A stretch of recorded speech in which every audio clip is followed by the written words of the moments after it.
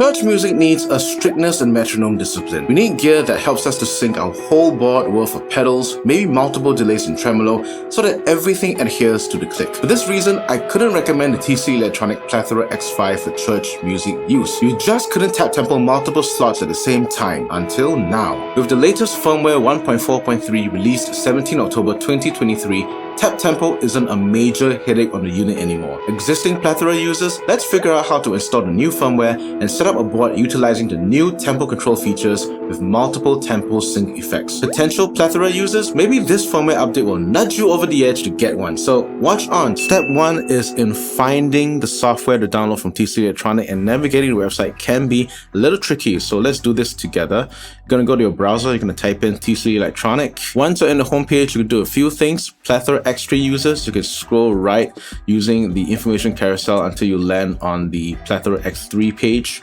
and you click on it. You'll go directly to the product page, navigate down here to the software tab, click on the little triangle, and then you can download the firmware and the release notes. I recommend downloading the release notes first. The instructions are here, as well as the rundown of what's new, which is tempo sync and a tap tuner utility pedal. All very exciting stuff. I think the software works for both X3 and X5, but just in case, let's try to navigate to the Plethora X5 page and download the same file from there. So we're gonna go to Product, Musician, Guitar, scroll down till you see the Plethora Tone Print pedal board page. Learn more about, click on that. And now you have the option to click on the X5. Same thing, under Product Library in this corner, click on Software and the little triangle that will bring down your various download options here. Again, you can click on the release notes to read up on the instructions. And most importantly, click on the firmware version 1.4.3. This will bring up a download and you save it. Now let's get to updating it properly. Drag and drop the firmware bin file onto the root of the Plethora mass storage device. Alright, that's a lot of things to do. Let's do it step by step. Connect the Plethora X5, done. Show as mass storage device, drag and drop to the bin. Okay, let's go to Finder. Plethora X5 shows up. I clicked on the Plethora mass storage device. It's showing nothing at all, so I think it's safe to assume that I can just copy and paste the downloaded bin file. Is the bin file .bin? Okay, that's bin, right? Drag and drop. It's in, okay. All right, time to disconnect cable and power cycle. Let's do that. Disconnect the USB cable and power cycle. This is taking a lot longer than expected. I'm not sure. Oh, here we go. Updating 1.4.3. I thought I missed out something. Waiting, come on.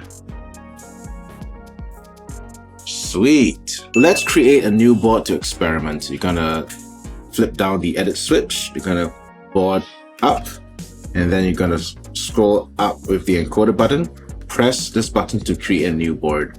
And now you have 5 empty slots for you. Let's start to fill this up with tempo-based effects like, let's say, the tap tremolo.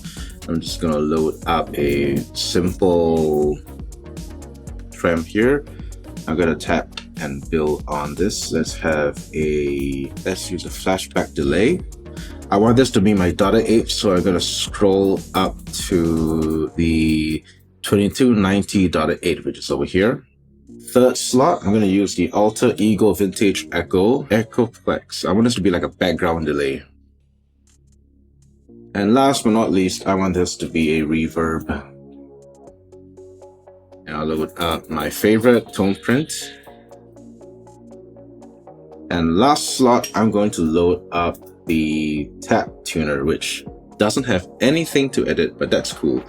Go back to play and you can see that right now tapping this doesn't do anything because these effects are not listening out for the global tap tempo. They do not have tempo sync on yet. So to do this, you're gonna go back to edit. You're gonna scroll down to Plethora X5 settings. You're gonna scroll down to board. You're gonna turn on tempo sync. Under tempo sync, press that. You see that tap tremolo is off. Let's turn this on. Delay, let's turn this on again. Vintage echo, let's turn this on. And now you see that 3 effects have the tempo sync on, which is pretty cool. And now that that's done, we can go back here. And now you see that the vintage echo and the tap tuner have exactly the same BPM. They're synced together. If I have to tap different tempo,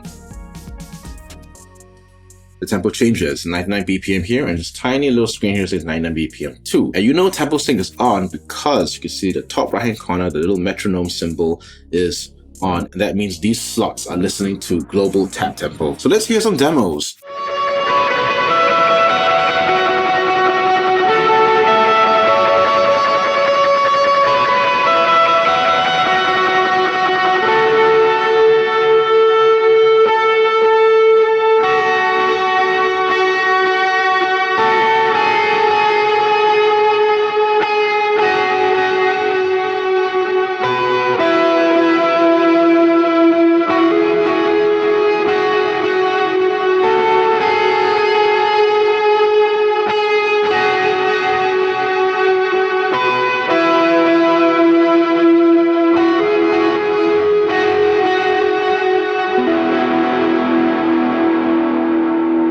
Warning, fellow HX Stomp users who use it as a master controller for the board, you may not want to use the tap tempo on a HX Stomp to control the Plethora X5 tap tempo. Firstly, there is tempo drift as you tap on the HX Stomp, so it takes a while for the tempo to stabilize. Secondly, the Plethora X5 becomes a slave unit to the HX Stomp, so even if you wanted to make a manual adjustment to the tempo on one slot, the HX Stomp won't allow you to do that. My advice, turn the MIDI tempo transmit off and use the HX Stomp for non-tempo based effects. I personally love this new update. The tap tuner utility pedal is my favorite part of the update. The tuner is large and easy to read on bright and dark stages. The global tap feature makes tempo based effects on the Plethora X5 100 times easier to use, and I can now confidently recommend this as a convenient multi-effects pedal to complement end modelers. If you want to see more of this board and how it came to be, I have a video right here detailing the journey, including mistakes you don't want to make while making a pedal board.